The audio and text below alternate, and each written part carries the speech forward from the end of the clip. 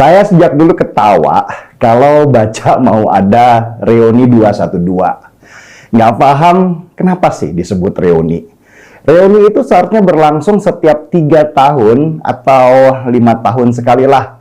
Ketika kita sudah lama nggak ketemu dan kangen sehingga memutuskan untuk bertemu. Kalau setahun sekali itu bukan reuni namanya, tapi ulang tahun. Tapi memang kelompok 212 ini butuh sebuah pengikat ketika ormas-ormas mereka seperti HTI dan FPI dihajar pemerintah, dihancurkan, bahkan dilarang ada.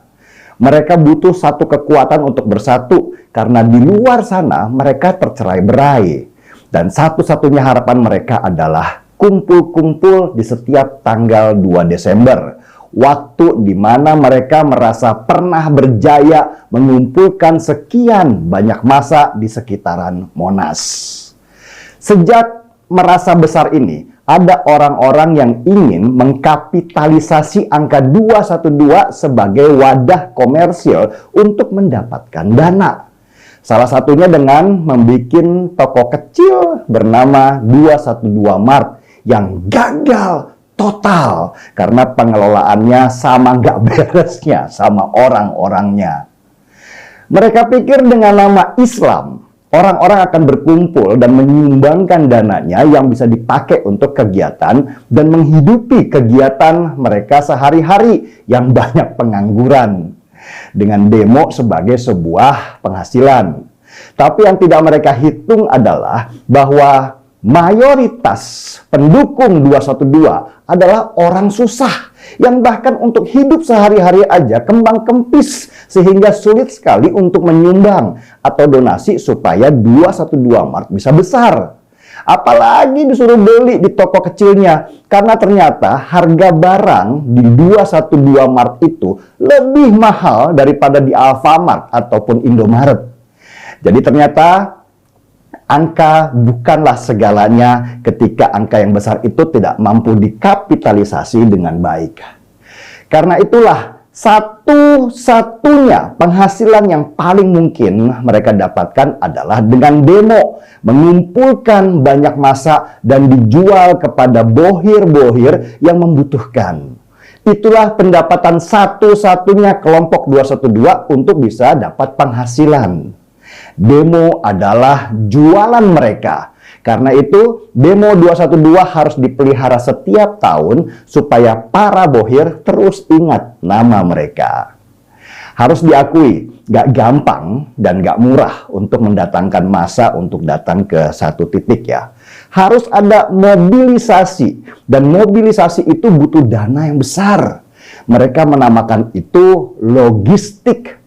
Selain transportasi untuk mengangkut massa, juga harus ada konsumsi supaya orang-orang yang demo itu tidak kelaparan. Selain itu, uang saku juga penting untuk menarik massa supaya mereka datang. Sekali demo dengan jumlah ribuan massa bisa menghabiskan biaya sampai puluhan miliar rupiah. Itu juga harus dipotong 30% dengan bahasa infak, yang sebenarnya adalah keuntungan untuk membiayai organisasi mereka. Bisa dibilang, kelompok 212 ini adalah event organizer dengan baju agama yang harus terus eksis setiap tahun supaya bisa tetap ada. Oke, kita kembali ke acara 212 yang akan diadakan sebentar lagi, yang pengurusnya masih didominasi oleh ormas terlarang HTI dan FPI. Saya mendengar kalau acara 212 yang akan diselenggarakan minggu depan ini, potensi rusuhnya sangat besar dan berbahaya untuk didatangi. Ada beberapa faktor yang membuat acara 212 minggu depan ini sangat mungkin rusuh dibandingkan tahun-tahun lalu. Pertama, acara 212 yang sebentar lagi akan diadakan harus punya greget yang lebih besar dari sebelumnya, yang terkesan tenang dan damai. Situasi keuangan 212 sudah sangat menipis karena bohir-bohirnya sedang sibuk bermasalah dengan pemerintah. Hutang-hutang mereka waktu kasus BLBI sedang ditagih dan dikejar oleh pemerintah.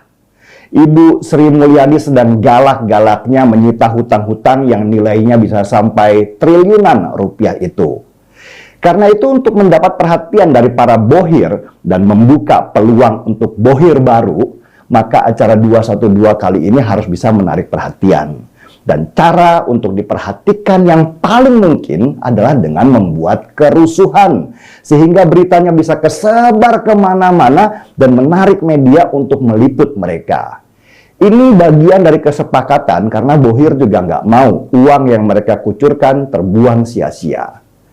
Yang kedua, tahun depan atau tahun 2022 adalah tahun politik, di mana politik kita akan memanas sebagai persiapan di Pilpres 2024. 212 harus menunjukkan eksistensi mereka lebih keras lagi supaya mendapatkan bohir dari kelompok politik untuk penambahan suara nanti. Yang ketiga, sejak ditangkapnya para pentolan jamaah Islamiyah yang bahkan ada yang elit MUI juga, maka dimungkinkan acara 212 akan disusupi oleh anggota JI yang militan untuk membuat kerusuhan sebagai aksi balas dendam. Yang ditakutkan adalah akan ada aksi seperti yang dulu pernah direncanakan oleh kelompok bom condet. Kelompok bom condet pernah membuat rencana untuk melakukan titik pengeboman di tengah masa dengan mengorbankan nyawa simpatisan mereka supaya membuat kerusuhan besar. Dan ketika rusuh itu, maka buzzer mereka akan menyalahkan polisi karena tidak mampu menjaga keamanan. Ada beberapa faktor lain yang nggak bisa saya sebutkan, tapi poinnya adalah berhati-hati supaya tidak ada di lingkaran mereka saat aksi tanggal 2 Desember itu. Lebih bagus jauhilah aksi masa itu. Selain berbahaya untuk kesehatan karena pandemi sudah mulai naik di negara-negara Eropa, juga jangan sampai nyawa hilang ketika prediksi kerusuhan ini benar-benar terjadi. Nggak penting sebenarnya reuni 212 itu karena nggak ada dampak positif untuk kehidupan. Lebih bagus jihadlah dengan mencari makan untuk keluarga daripada sibuk kumpul-kumpul reunian dengan segala macam resiko besar yang akan terjadi. Nggak perlu datang karena Anda hanya akan dijadikan objek saja. Tetap saja yang mendapat keuntungan adalah elit-elit 212. Mereka yang pesta pora dengan dana bohir, sedangkan Anda paling banter hanya dapat nasi bungkus karet 2. Lebih baik di rumah saja, nikmati waktu bersama keluarga sambil seruput kopi dengan kopi seruput. Cita rasa original kopi Indonesia. Mari seruput.